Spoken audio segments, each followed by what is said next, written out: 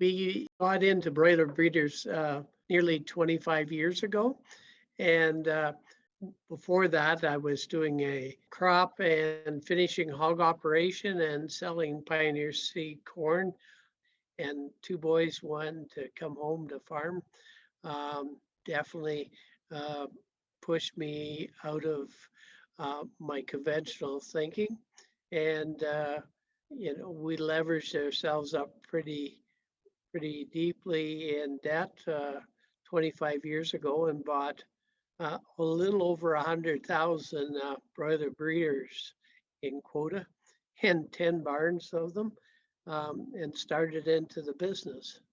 The thing about the industry is it's always changing year to year. The birds genetically are faster growing. They're higher yield on the breast, and all these things make it a little tougher to manage. And so it raises that ability or that interest to try and do better all the time. So it's been very rewarding.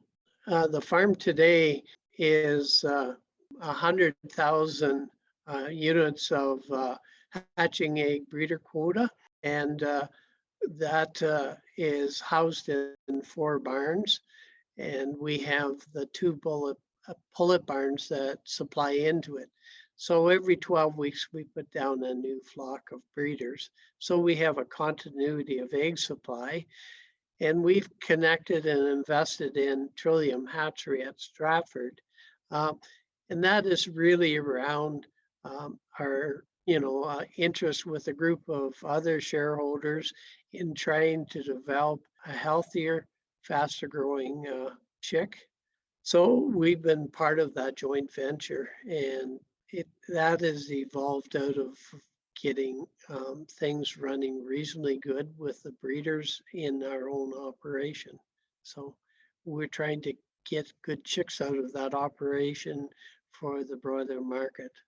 Right now, the really big problem that the industry faces is that under trade agreements with the US, the hatcheries in Ontario or in Canada are expected to import 20% of the hatching eggs to gain the supply. So there's an expectation that we're supposed to bring in 20%. And that has always been possible.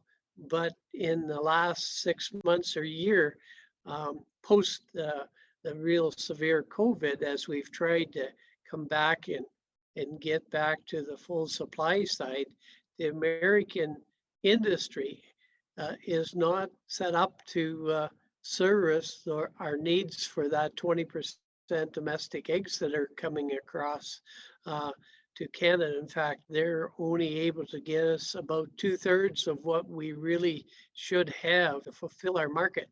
So our industry is actually in really short supply to provide the eggs that we need to get our meat allocation in Canada. And that's a major challenge. And I believe in discussion with breeding companies and so on that I believe it'll take a couple of years to get up to what we can give as full allocation to the chicken industry here in Ontario and probably across Canada. Well, I read a lot of trade information, trade brochures. I'm very open as an individual to change, and so that keeps your mind open. And like many people, I'm a problem solver, so I try to figure a way to solve challenges in our management in the barns, and with a vision forward to what changes I believe are coming. So I get my information or try to gain knowledge in scientific papers, if you can believe it, to deal with problems. Or I also have a son that's with me in the business, has kind of got an engineering bent to his style, and so he's helped solve some of the challenges, in managing barns, because what we now have is our barns are all connected on the internet, and we can look at the environmental conditions in the barn, the CO2, the humidity, the moisture that we see in the barn, carbon dioxide levels. We even have camera in some of the barns to see the activity of the birds. So we're managing it a fair bit with technology. We do have good employees that work in the barn, but in the off hours and other times, it lets us connect and stay on top of what's happening in the barn. So computers and technology have really been well used in our operation. And I think they need to connect with producers. How I approach it is that I believe in investing in oneself, and so I would encourage producers to get out there and talk to people. Um, Myself, I will almost every year go to North Carolina to a breeder conference and be with integrators and their employees. They get together and look at speakers that are knowledgeable in the hatchery or in the veterinary side of disease, all those things. And I believe, like a lot of producers, we go to Atlanta when we don't have COVID, and we chat with the people that have one foot in a furrow, um, counseling integrators around the world, and you pick up that information with your exchange. It's communication and being in contact with people and recognizing that we all face a lot of the same challenges. And so you bring it back and you say, how can I fix that in my operation? And you talk to those knowledgeable people, the researchers, that understand maybe the the pure science of what you're doing. Um, like today, I've in the last couple of years, I've become very interested in the bacteria that live in the chicken's gut, because I know that that makes such a huge difference on its health. And so, I'll reach out and chat with people, read research papers, and do those sort of things, and talk to those researchers that are looking at that topic in research. So I think it's sort of having that connection everywhere, to people that you can glean information from, and that means researchers as well.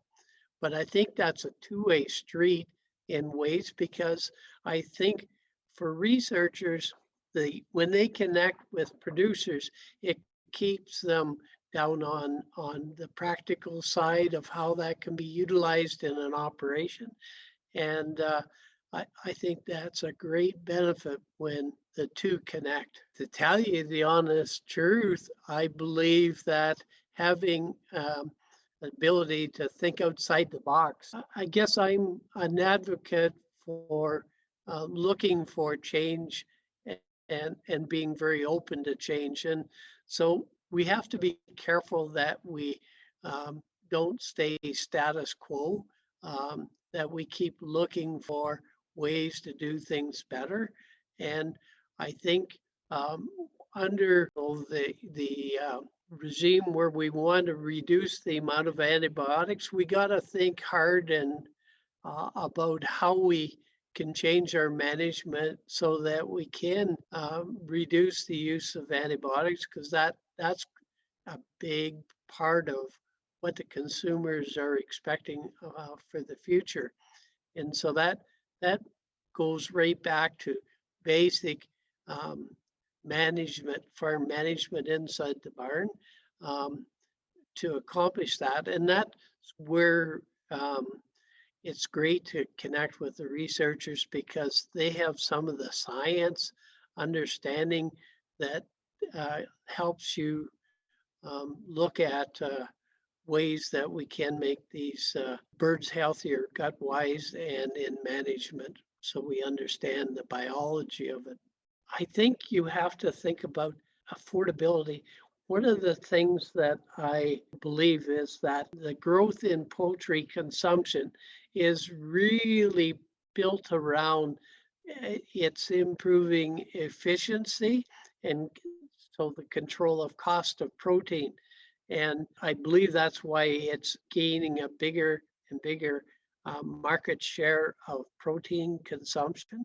So I would say the researchers starting into the career need to know how we can sustain that efficient growth and keep the antibiotics out of feed and usage. It's down to really fine tuning the environment, how we manage, and how we understand that bird.